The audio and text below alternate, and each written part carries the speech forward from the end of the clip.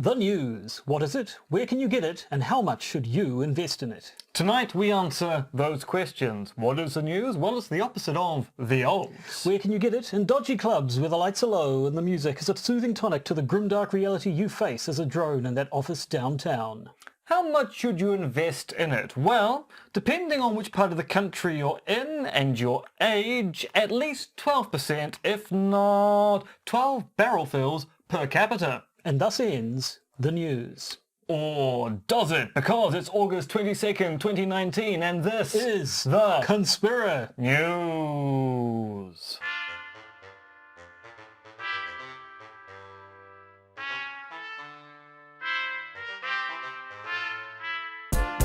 The Podcaster's Guide to the Conspiracy, brought to you today by Josh Addison and Dr. M. Dentith. Hello and welcome to the Podcaster's Guide to the Conspiracy. I am Josh Addison. Sitting next to me is Dr. M. R.X. Dentith, and sitting sort of next to us in a metaphorical sense, I suppose, at our right hand is our new patron. Yes, whose name will go unmentioned because they claim to be a member of the Pork Board. At least they don't claim to be a member of the Pork Board. But of course, members of the Pork Board will go around saying they're not members of the Pork Board, which means it's a tacit admission of being a member of the Pork Board. And the Pork Board is a very, very deep cut on this podcast. It sure is. And my previous radio career. Yes. No, if you don't know what the Pork Board is, well, frankly, you should have been paying attention at the time. Or put Pork Board into the search bar of Podbean, and you will find out more about the Pork Board. Although not everything about the Pork Board.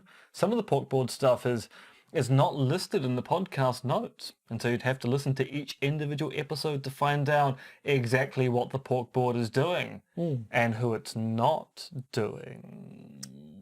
But at any rate, to this person who may or may not be a member of the Pork Board, But nobody definitely knows, is. but the Pork Board, we say thank you anyway, you and your pork boardy ways. Pork Boardier.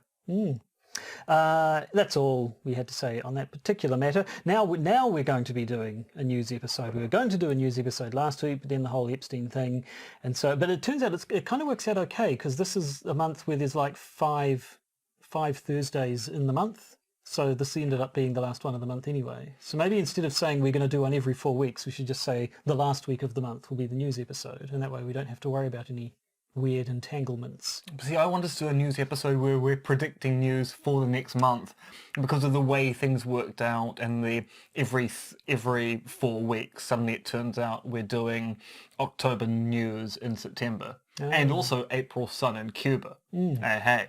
Well, we could do that, but we're not doing that today. Although, of course, we are going to lead our news with news of last week's episode on Jeffrey Epstein. So, frankly, we were condemned to talk about Jeffrey Epstein in the news episode, no matter which way things unfolded. Yep, it's a total shambles, and let's get into it. Indeedy.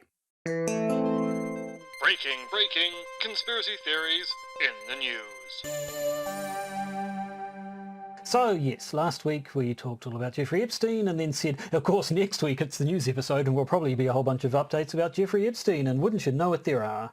But let's rush through them fairly quickly, I think, because there's nothing particularly earth-shattering. His cause of death has been officially announced as suicide by hanging, although one little nugget that's popped up is apparently he signed a new will 2 days before he died. Interesting. I mean, on one level, that kind of fits the suicide narrative of someone putting their affairs in order because having had a failed suicide attempt, they know they're going to try again.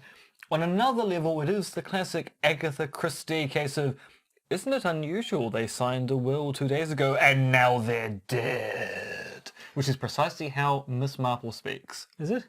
Dead. It does sound like Angela Lansbury. No, that was Murder, She Wrote. I don't know what I'm talking about. Although she was in a Agatha Christie adaptation with Miss Marple in it, but she didn't play Miss Marple. Oh, well, her loss. And apart from that, it's mostly just been...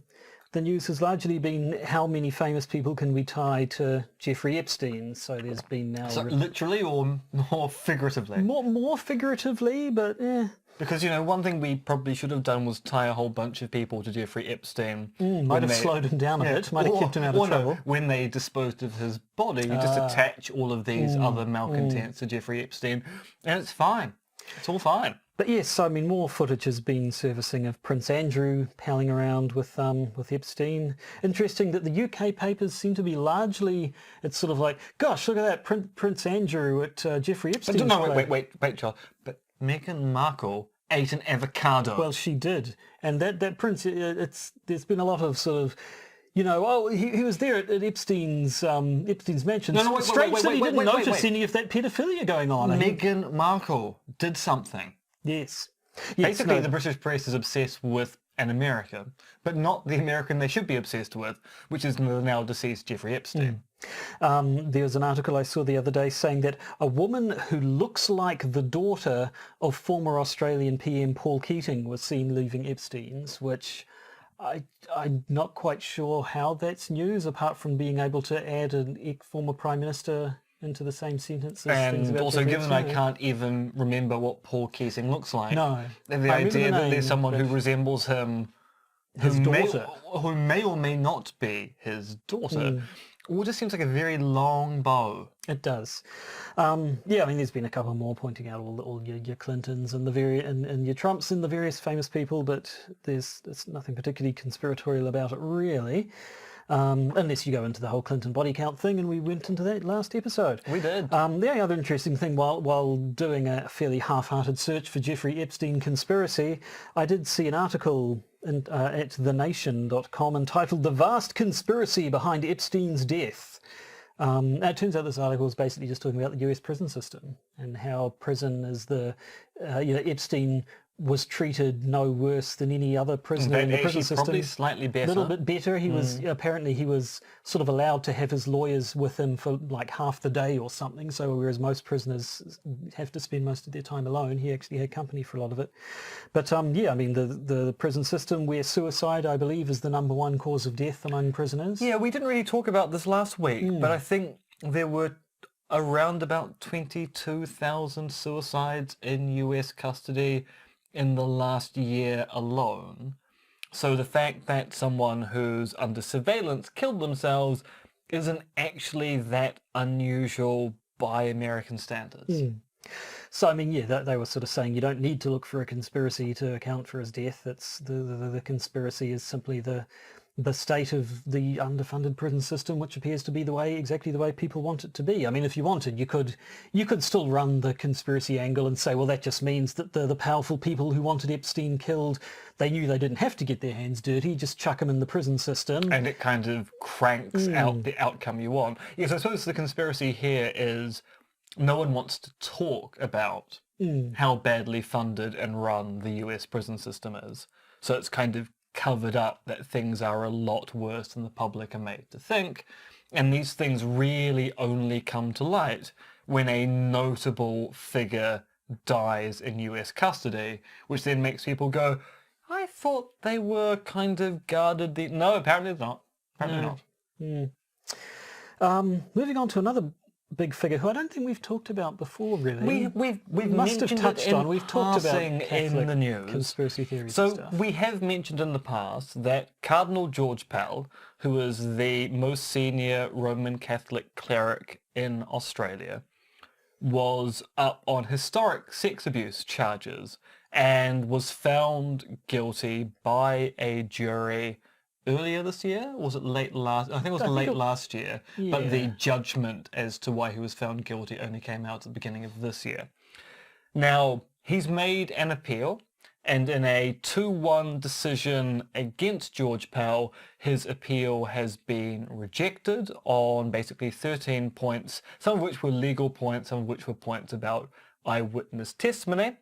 And so at this stage, Cardinal George Pell will be serving a 6-year prison sentence in Australia, has one more chance of appeal to the High Court, but there's no guarantee that appeal will be heard.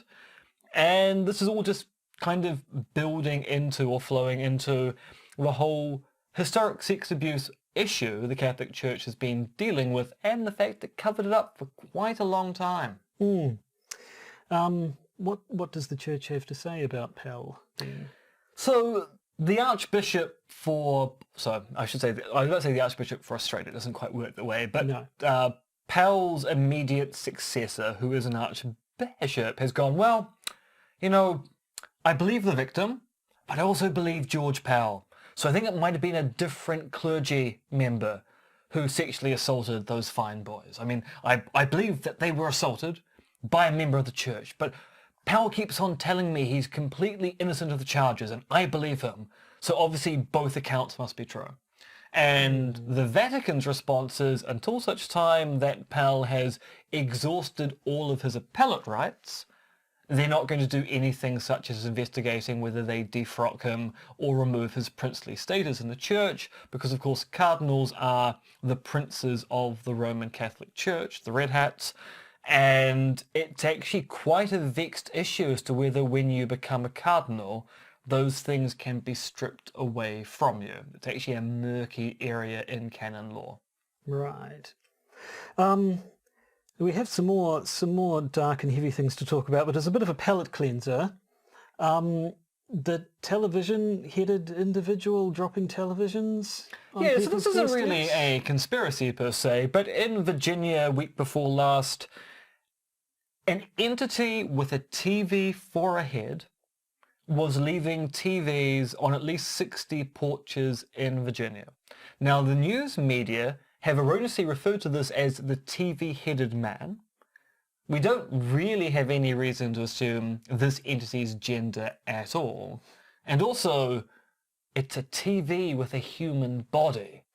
I mean, it's a monstrous thing leaving its eggs on porches throughout Virginia. It's very mysterious. It is. Probably actually a person in a jumpsuit and a hollowed-out television mask? Prove it to me. Well, I can't, obviously. No one could. Precisely. It's a TV-head monster laying eggs. Well, actually Carrying its own eggs, so we yeah. we don't even see the procreation itself. No. We just see the monster taking the eggs from some distance and placing them on porches, presumably as a gift to the people inside the homes.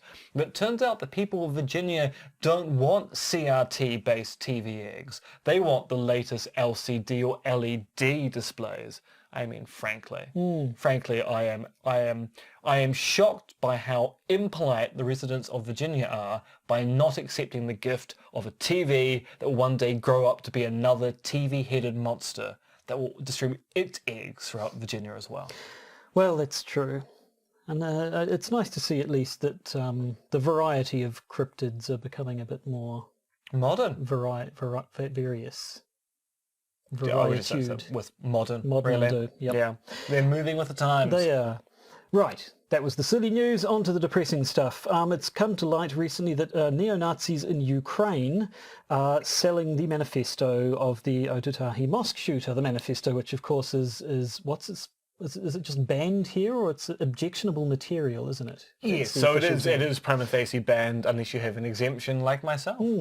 So yes, so publishing it certainly would be completely against the law here, but not in Ukraine on account of it being a completely different country on the other side of the world. And our government has admitted we can't do anything about that because it's been published in a foreign jurisdiction. We're simply frowning about it, going, why are you publishing a terrorist manifesto? Oh, that's right, because you're neo-Nazis. You're neo-Nazis, yes. That's So- why you're publishing it. You're neo-Nazis. So yes, I mean, which is not to say that all of Ukraine are neo-Nazis, but the people within Ukraine publishing this document almost certainly are. Yeah. But yeah, apparently yes, the Prime Minister has sort of said, yes, I'll definitely ask our Ministry of Foreign Affairs to talk to the people in Ukraine and say, hey guys, what the hell? But legally, there's nothing we can actually do about what goes on in another country. What are we, America? Thankfully, no. Bit of political commentary there. Now, Falun Gong, we devoted, I'd say a whole episode, half of an episode really, the episode on Falun Gong and Chinese live organ harvesting on Falun Gong. They've been in the news again. They have. They've been in the a bit news QE. because of their newspaper, the Epoch Times, which I used to sometimes receive in my letterbox when I lived in Ponsonby. Now, I don't know why. I'm assuming every so often someone decided that they would do a Epoch Times run in the neighborhood, although why they thought they were going to have influence in a very, very affluent upper middle class neighborhood like Herne Bay, I have no idea. But no, the Epoch Times, it's all going a bit Q. So this is a story from NBC News, and it talks about how this Falun Gong's newspaper, the Epoch Times, which is actually based out of New York and run by a non-profit news outlet, has spent in the last 6 months $1.5 million on about 11,000 pro-Trump advertisements on Facebook. And that's more than any organization outside of the Trump campaign itself, and actually more than most Democratic presidential candidates have spent on their own campaigns thus far. Right, so they really like Trump at Falun Gong? They like Trump because Trump is anti-communism. Falun Gong was founded by someone who is anti-communist, which of course led to the persecution of the members of Falun Gong, leading to an increased feeling of being persecuted by communists, by the members of Falun Gong. And so they want to promote Trump as the person who is going to wipe out Marxism in mainland China. Right, by putting tariffs on stuff and pronouncing the word China really weirdly. Everything he does is weird. I don't know whether pronunciation of words is in any way notable when it comes to Donald J. Trump. So the ads feature unidentified spokespeople who talk about the deep state and criticize the fake news media.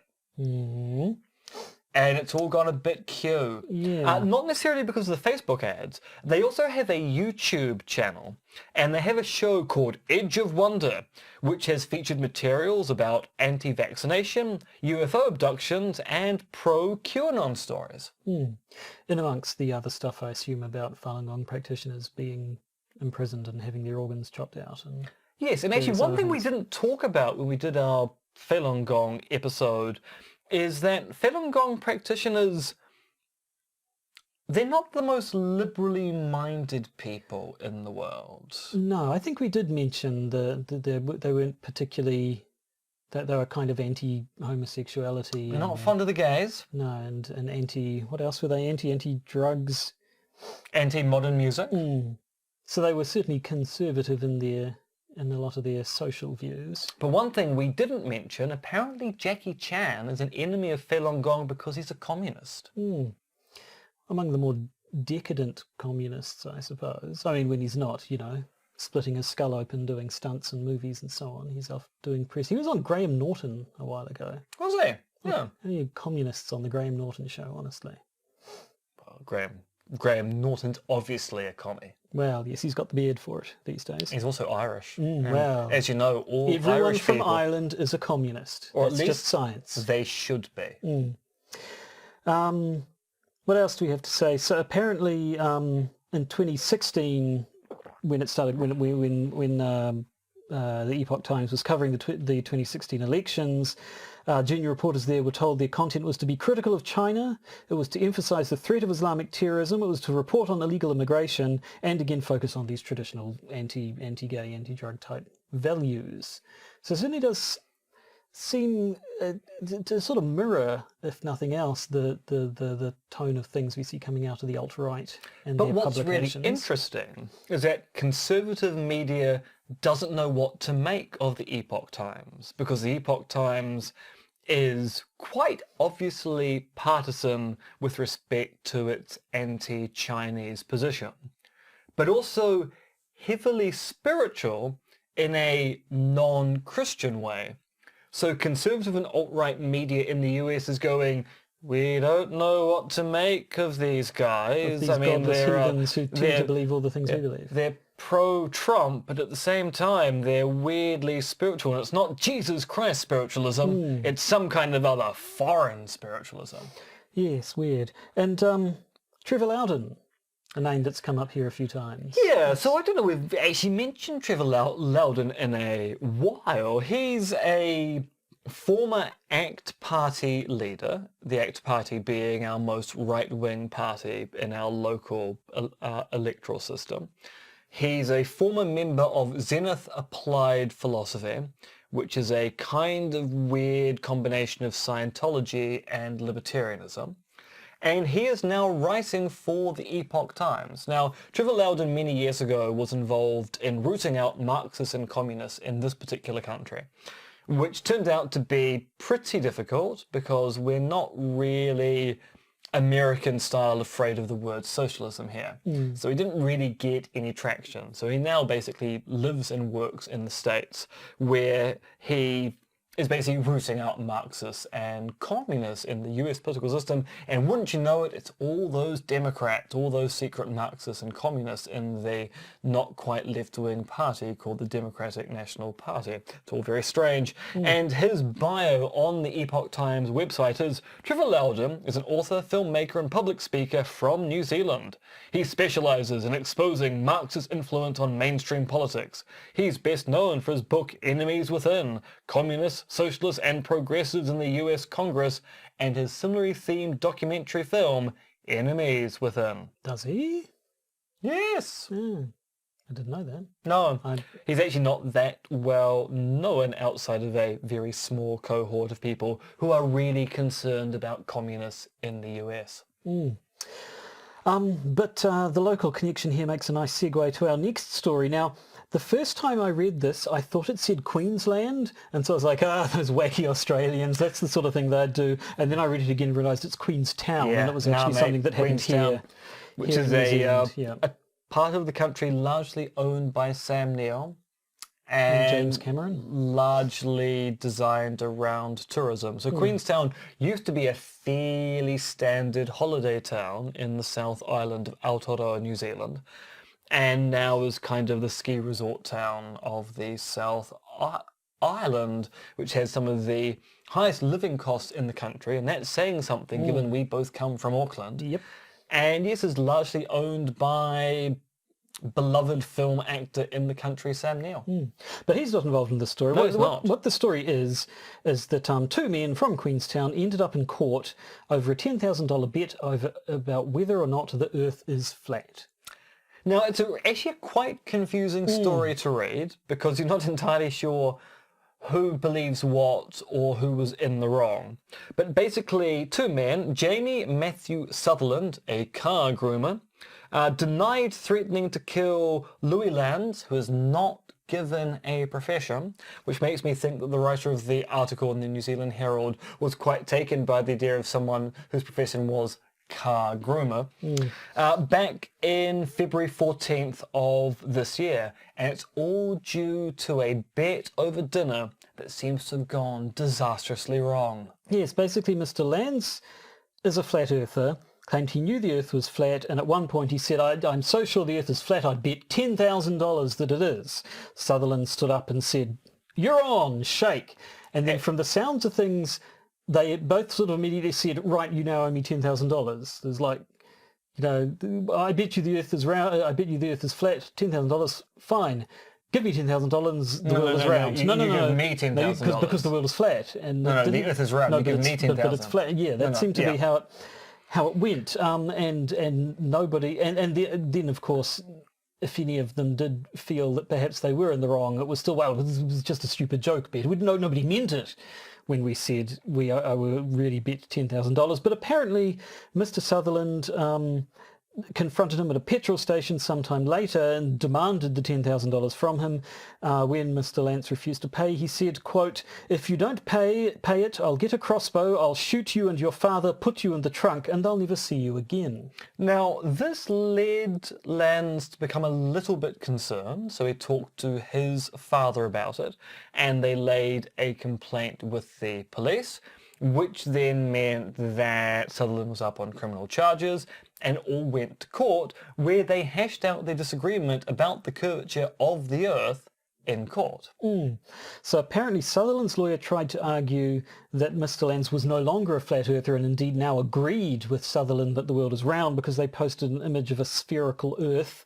But Lands's lawyer apparently claimed, no, the reason he put the picture of a spherical earth on in a post where he was saying, look how ridiculous the idea of a spherical earth is, talking about the idea of a ball of water being complete nonsense, which I don't think he understands what people think the world is. But no. that's okay. And then you get this weird thing where the judge takes Lands to task, and Lands being the one who has been threatened with death, we should point out, because it turns out Lands also believes that NASA is hoodwinking people about the Earth being round, as was Albert Einstein, and that the New Zealand government was involved in the Christchurch mosque shootings.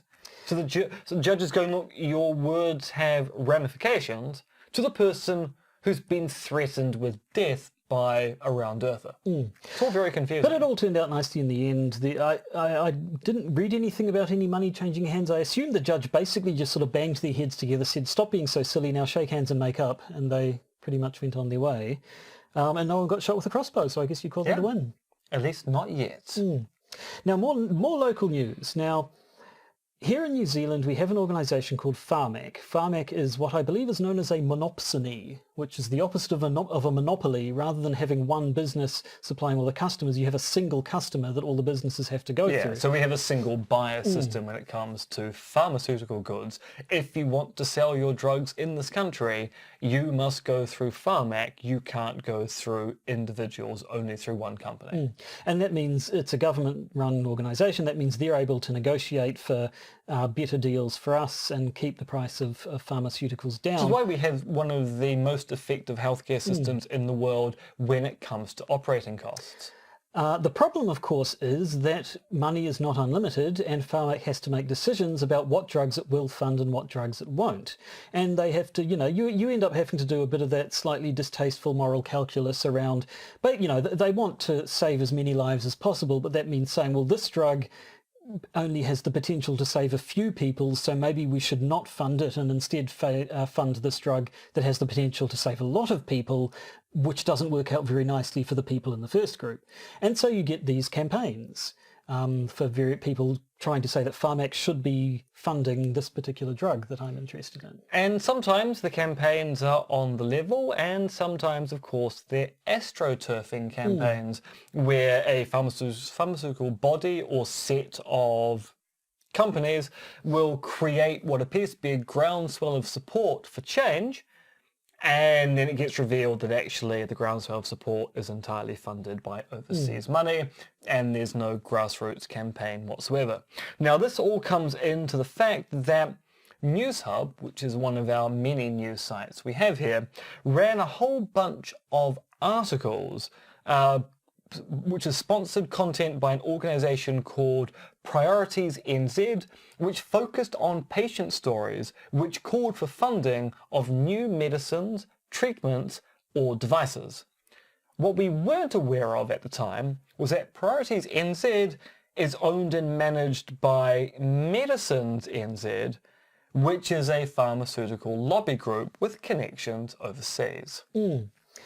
And then it came out, I believe, actually, did NewsHub fess to it or not? They've pulled all the sponsored content is the thing. I don't know if they actually made a noise about having done so or if they just did quietly, because it was an article from another news site, newsroom.co.nz, that first sort of brought to light in a sort of op-ed talking about how this lack of transparency is a problem, lack of transparency from Pharmac on one hand and lack of transparency from the people organising these astroturfing campaigns, and at the end of it pointed out that NewsHub has dropped all of the sponsored content. But I don't know, was that the first people heard about it? Or I mean, I know that Russell Brown, who who's a media commentator in this country, had been talking about it months ago. So it's kind of been known for a while about the dodgy connections between Priority NZ and Medicine NZ. But yes, it does seem that NewsHub is quietly retracted things, and another news organisation go, ha ha, you were running sponsored content being run by an AstroTurf campaign. Now, the reason why this is important is that we are now in a situation where the opposition and the government both are talking about massively increasing funding for cancer care and medication in this country, which is money they'll be taking out of the health budget to achieve. And it does seem that this push for new specialised cancer care is largely in part to articles like this, which have been advocating for changes, claiming to be New Zealand-based patient stories. And I mean, there is always a human face to it. The stories themselves are genuine. There will always be, you know, this individual here has a rare form of cancer, and it's not curable with pharmac-funded drugs, but this other drug, which is looking very promising, could potentially save their life, only the government won't fund it, so please give us money to save this person's life. The story of the person is always true. It's not like they're making up cancer sufferers, but they do make a point of sort of putting them front and centre and giving them all the press they need. And yeah, the human interest angle is a very good way of swaying public opinion. Yeah. And therefore swaying government opinion. Now, we're almost out of time. We have one more story, and as you'd probably expect, it's about time travel. Of course it is. Now, I don't think we've actually talked about time travellers for a while now. We have mentioned it in the past once or twice. So we've never actually covered this particular story, but it does have an interesting ending. So back in 2016, a time traveller called Noah made contact with our time through broadcasts on Apex TV, where he made some rather unusual claims. Time travel apparently became possible back in the year 2003, but it's only being used by top secret organisations operating at the highest level of government. News about time travel will not be officially released to the world until about 2028. One future president of the United States of America is Yolanda Renee King, granddaughter of Martin Luther King. Donald Trump is going to be re-elected. Bitcoin will still continue to destroy the world's ecology until 2030. Designer babies are going to be very popular, but also very expensive. The Internet of Things is going to make human interaction at home completely worthless. And also, apparently, when you travel in time, you gain time, but luckily the pharmaceutical industry has stepped in and provided a pill to ameliorate its worst effects. Now, I'm sorry to break this to you, but it turns out that this man isn't actually a time traveller from the future. He is indeed a teenager, now 16 years old, called... was 16 at the time of the first broadcast, is now 18. Called Dennis. Who's finally fessed up and said, yeah, hey, actually, apparently, I haven't seen these videos. Apparently he did sort of hide his appearance, but now he's come out and said, hey, yeah, look, it was me. I can't do this anymore. It's not fun. It was a bit of fun. It's not really fun anymore. Now I keep worrying about getting found out or whatever. So, yep, I'm giving up my Noah persona, going to go on and do something else. And the conspiracy angle here is, the original broadcaster of these Noah segments, Apex TV, have slapped copyright infringement on his expose of what he's been doing. Because they want to cover up the fact he's revealed that he's actually a hoax, because Apex TV is showing videos by other time travelers and have a kind of inbuilt audience who want to believe that Donald Trump is going to be re-elected. So they don't want it to be revealed that their premier time traveller Noah is in fact an 18-year-old called Dennis who hasn't travelled a day of time in his life. But he is. Which is metaphysically impossible because we're all travelling through time slowly. Noah just isn't real in the sense that Josh and I are travelling through time right now. At 1 minute per 60 seconds, other way around. You know what I mean. Time travel, it's complicated. I've seen Looper. Yeah, the time travel in that film is a bit weird, but anyway, we won't get into that Won't right get now. into that now. No, I think it's time to wrap up the news episode. That's all the news we had to talk about. We will shortly go and record a bonus patron episode, which won't For contain any members or news. non-members of the Pork Board. Instead, we'll talk about what wacky hijinks the good Dr. Dentith has been up to recently. It's true. I've had 2 pieces published recently, and we're going to talk about that in the Patreon bonus episode. So if you want to hear about that stuff, why not subscribe and find out more? But until then, we'll let you go about your business. You're now informed of what's been going on in the conspiracy world, so you can rest easy. And you won't need to be informed for another month. Funny how that works out. I know. Yeah. So until next week, good very bye. Toodly pip. Good very bye, does that make sense? No, No, it doesn't. can't be helped.